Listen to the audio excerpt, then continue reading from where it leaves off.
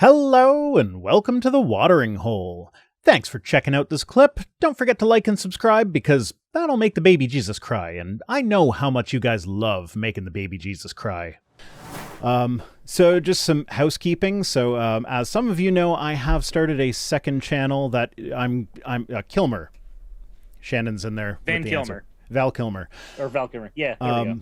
Yeah, so as some of you might already know, and many of you maybe don't know, I've started a second channel called The Watering Hole, which is where I'm going to be shifting all of my live stuff. Right now, I'm just going to be like chopping up my live stream and uploading the chunks there in a more digestible fashion. Eventually, when that channel is like monetized and everything, I will move the actual streams over there just so I can, keep different channels for different focuses. And my streams aren't typically very focused, so that'll be the unfocused channel. Gotcha. I'm still trying to figure out what to do with my unfocused channel. It's just kind of there. It exists. Yeah, pretty much. All right, so we're going to start with some news items. First up, we've got the Texas student who protested the Pledge of Allegiance got $90,000 in a settlement. We're going to start with the good news. I just realized I can't actually read this because it's asking me to create a free account. Screw you. Open it in an incognito window. That sometimes works because you get a certain number of free articles. I will create the ultimate free article loop around. We'll do that. Well, let me do this. Aha, there we go. I'm allowed to. Nope. No? Nah. That's fine. It's so fine. Sorry. It's I actually have a way around this though. Usually, whenever you have stuff like this, typically there's about 15 news outlets that will copy paste from the original. Yes. Not that they should, but they definitely do. Yeah, well, speaking about that, I actually have a subscription to New York Times. But the way I have this set up is like I'm a tab hoarder. Oh, you too? So I have all the tabs open, and rather than try and filter out which tabs are okay to display publicly and which should remain private, I have a different profile for Chrome that is the one that gets the window capture. So I don't open anything on this that I don't want going out on the stream. But I actually have a subscription to the New York Times because they do some pretty good in-depth reporting that I've made great use of in the past. Might as well throw money at them at that point. Well, I mean, they're not the greatest organization to be supporting financially, but they are useful to me, and it's cheap. So like it's like $2 a month or something. So I'm not overly concerned about that. But this because it keeps on automatically signing me in with the Google account that I am signed into Chrome with, which is not my New York Times account. And I don't know how I'm able to see it right now. It was giving me so many issues before we went live.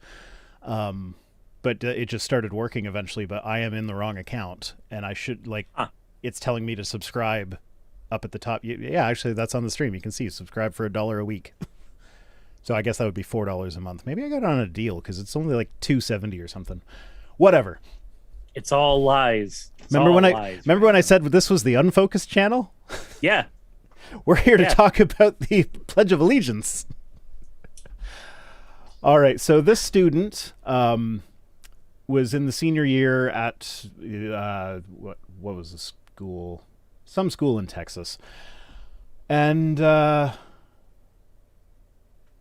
let's see. So September 2017, 2 months into Miss Oliver's senior year at Klein Oak High School.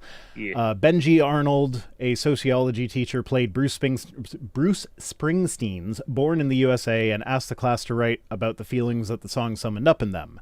He then instructed the students, including Ms. Oliver, to transcribe the words of the Pledge of Allegiance according to the federal lawsuit. Blah blah blah. Three other teachers, a school administrator, and the school district, she alleged were harassing her because she chose not to recite the pledge. She did not write down any words in as part of this assignment. She drew a squiggly line. which like, I mean, okay. I so feel it's I feel like if that were me in that scenario, I would have been the asshole student who's like, yeah, I'll write down the words and this is how I feel about them, and then write all the negative feelings. I mean, so here's the thing though. When the teacher asked, write down how you feel about them, that does not necessarily require, like, if there's not a word limit, then I would say a drawing, anything that elicits your emotions, is perfectly acceptable. And to argue against that from the teacher's perspective would require you to write your syllabus better and more concretely. Like, if your students use their ingenuity to get around it, that's a you problem more than anything. I feel like there was probably more specificity with the actual assignment than is making it through the lawsuit and then through the New York Times and then through us. When we're playing the game of telephone. Yeah. But at the same time, like, when you've got an assignment like that, tell me the emotions these things elicit.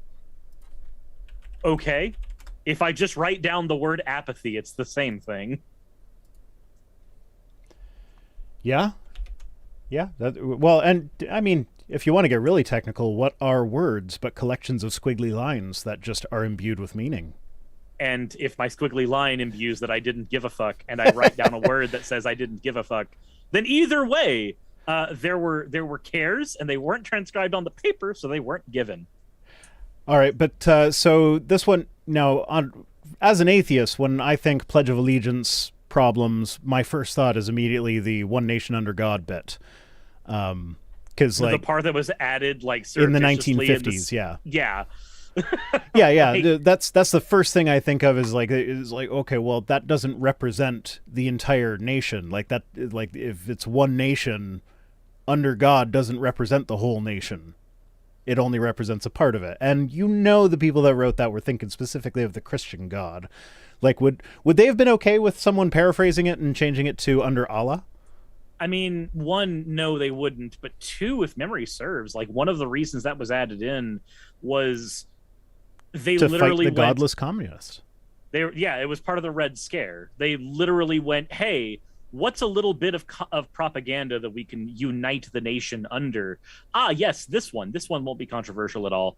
And then as generations grow up with that, like for my mom, that was the Pledge of Allegiance for the entirety of her time growing up, and she's a Christian.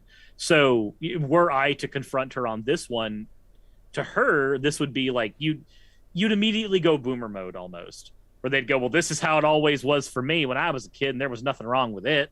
That kind of deal. And you're just like, that's not the issue. That's not the problem. Just because that's how it always was doesn't mean that's how it always should be.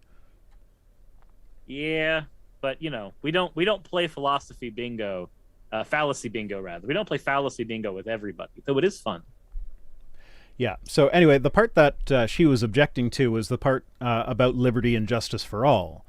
Because the United States does not guarantee liberty and justice for all. I mean, no, it doesn't. In like, hypothetically, they do when you're getting all jingoistic and reciting your pledges and talking about the Declaration of Independence and all that crap. We literally put Japanese people into internment camps based on nothing except their race because we happen to circumstantially be in a conflict. Yeah, liberty for all. My left nut. Suris. That's critical race theory. We don't do critical race theory here. All right, James Lindsay, can you define that for me? You've read a bunch of CRT. Can you say what it is outside of like yelling authors' names on Dr. Phil? It's when you make the black people more powerful than the white people. Maybe. Yes.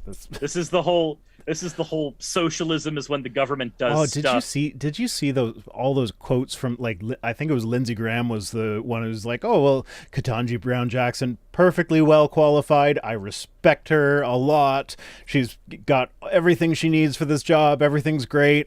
I will be voting no. Like, okay. Wasn't he also the one who was grilling her on her faith too? Yes. Yeah, because I remember covering that bit on my channel.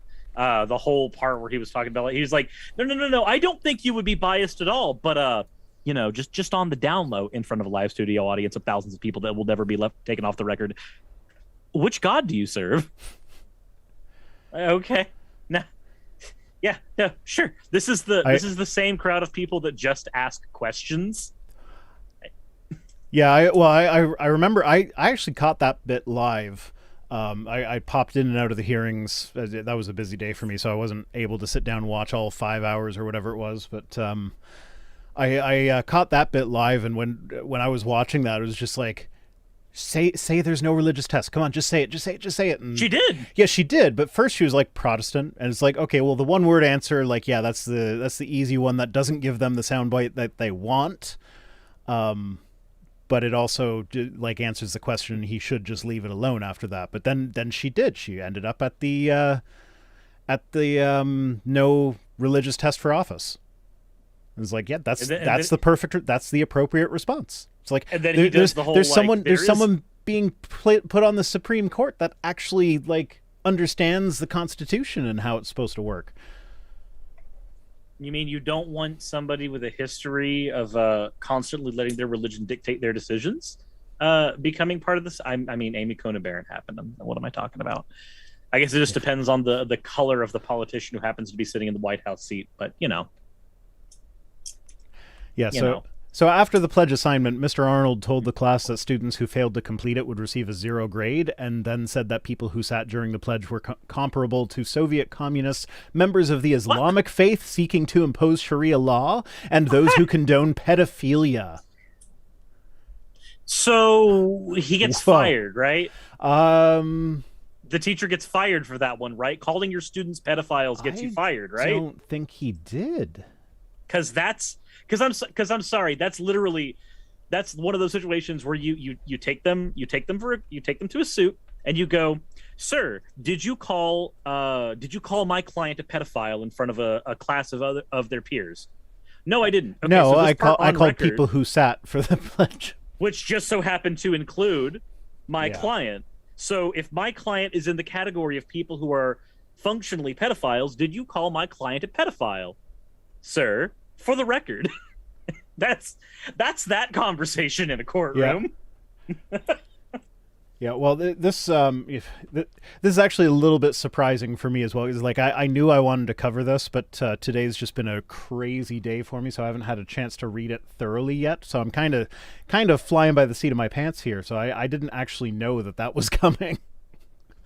But yeah, I'm not seeing anything about him having any sort of repercussions for that. Like I saw it up above. Of course, it's in Texas. Earlier, he said he didn't admit to any wrongdoing, which to me says that this was like a settlement out of court sort of thing.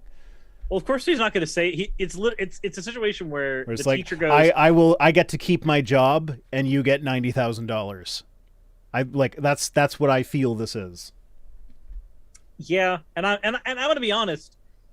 While I feel like that's fine, in quotation marks, because the job market sucks. I don't want people to lose their livelihood, generally speaking.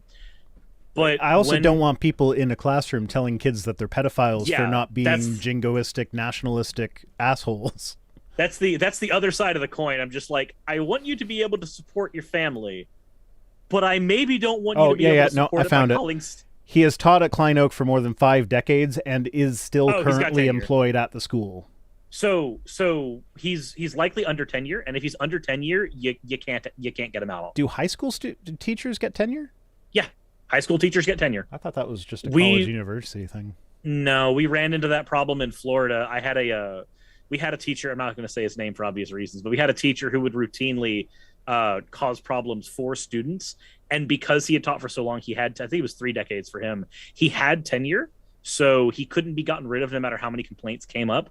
It eventually, the vice principal, when he became principal, ended up having to play a bit of politics to finally get him out of teaching. He gave him a curriculum and said, this is the curriculum you need to teach for IT. And he said he didn't want to teach it. He said, well, if you're going to teach here, this is the curriculum you're going to teach. And he said, fine, I'll just take my shit and leave and take my retirement. And that's how they ended up having to get that teacher gone, because he had tenure. He was functionally immune. Yeah, on the one hand, tenure can be a good thing because protective of labor and stuff like that, but they can't just get away with anything. No, okay. And like obviously there are ways you can push that envelope to make exceptions happen, but I guess in Texas, calling your students actual child predators doesn't quite get to the point of being problematic enough. As long as they're communists too, well, like we have to be real enemies and members of the Islamic faith seeking to impose Sharia law. Like, congratulations, you have just like you've literally gotten every boogeyman from the past 30 years, and you've wrapped them up in a candy wrapper and thrown it at your student. That's what you did. Yeah, it's colored red. It looks like a person who reads a book in the sand, kind of. I think I was told once by Bush, maybe. And also, trans people are predators for some reason. That's what we're going with now on the conservative side of things. So, yeah, predators. We'll call children that too. Which every enemy, all of them, all at once. Oh, just no. Yeah, fun times.